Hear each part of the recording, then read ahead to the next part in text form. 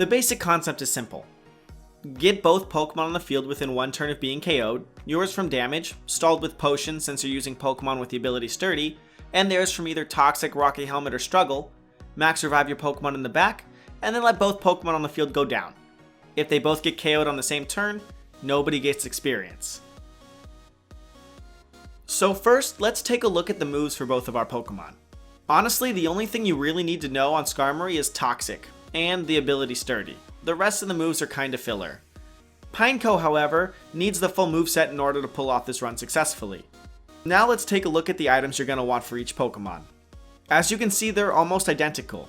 The only difference is the Focus Sash on Pineco, and that's to get around Haxorus's Mold Breaker later down the line. So our goal is to beat the champion with 2 level 1 Pokemon, keeping them at level 1 the whole time, and enter the Hall of Fame. Well, in order to do that, we're gonna have to beat the rest of the Elite Four too. Our first opponent is Sydney. Out of all of the Elite Four members I faced, he by far took the longest to beat. You're going to want to lead with Skarmory and keep Pineco in the back. Equip both of your team members with Rocky Helmets since a majority of Sydney's Pokemon use physical attacks. Here's an overview of the 6 you'll be facing.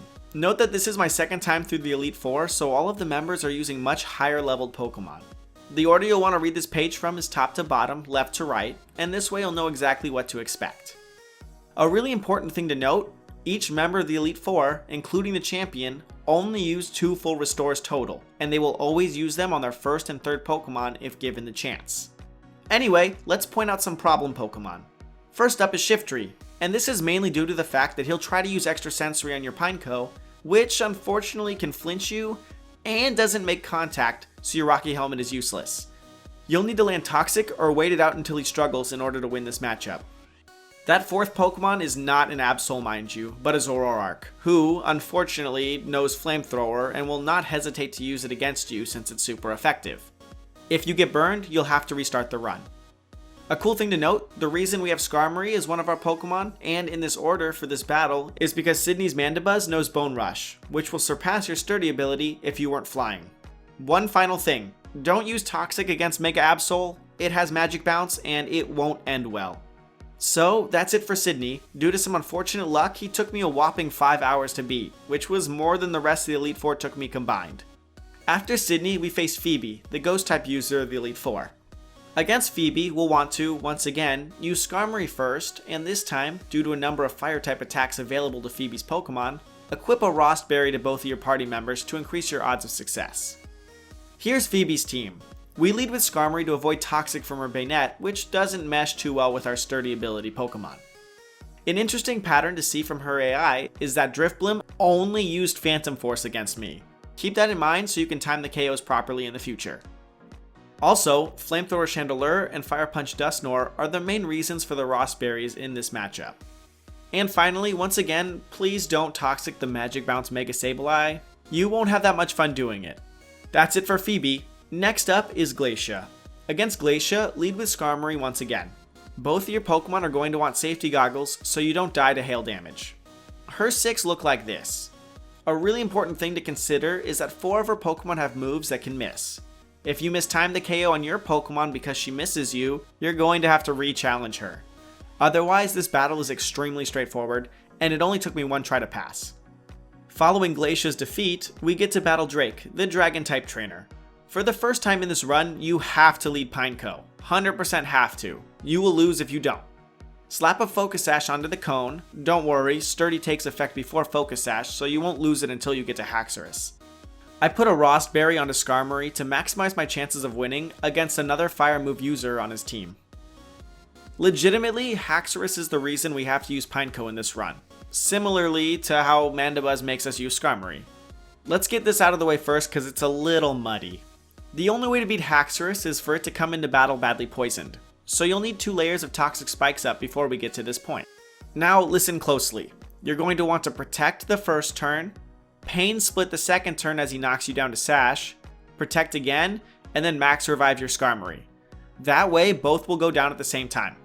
Man, Mold Breaker is a pain. How do we have time to get up 2 layers of Toxic Spikes? Well, we're going to want to PP stall Kingdra.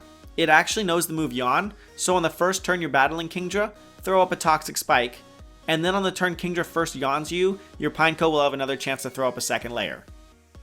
So Dragalge will also have to be PP stalled since you literally can't touch it with any of your moves, since it's poison type, which is also the reason you shouldn't Toxic Spike the Altaria when your Pineco is facing it. And one last note, the Flygon has Fire Punch, so I used a Rost Berry on Skarmory so that I didn't lose to a single burn chance after having to PP stall both Kingdra and Dragalge earlier in this battle. That's it for Drake, now we're on to the champion of the Hoenn League, Steven Stone.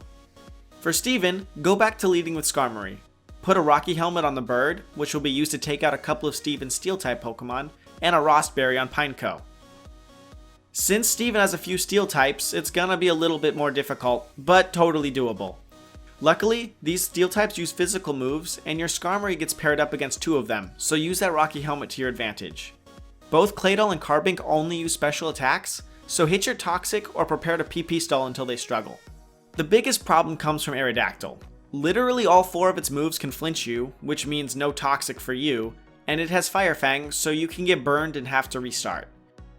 And finally, we're left against Steven's Mega Metagross. Unfortunately, without Rocky Helmet here, you're going to have to PP stall it out in order to win, but at this point, you're probably used to it, so I'm sure you'll be fine. He has a total of 60 PP in case you want to keep track. And that's it. For transparency's sake, here's an extremely quick montage of me beating all 30 of the Elite Four's Pokemon, just so you know I'm not making it all up. Sydney took me a combined 5 hours to beat. Part of that was getting used to the team, and another part was me being extremely drunk while we were live streaming it. Phoebe only took 2 tries, and I felt extremely confident moving on past this point, which is shown by the fact that all of the rest of the members took me only 1 try to beat from here on out. The total run was 9 hours long, and I was live on Twitch during the whole thing, which was insane. And that's it, we beat the champion with 2 level 1 Pokemon. Anyway guys, thanks for watching. If you like this video, tell me, the comment section is right there. I'll also buy you a unicorn if you sub. I mean it. I appreciate you sticking with me all the way until now. I've got some cool stuff on some of these social links if you want to check them out, and if you're bored, feel free to check out one of my other videos on here because, like, I don't know, they might be okay or something. Anyway, have a great day guys, thanks so much for watching, and see you next time.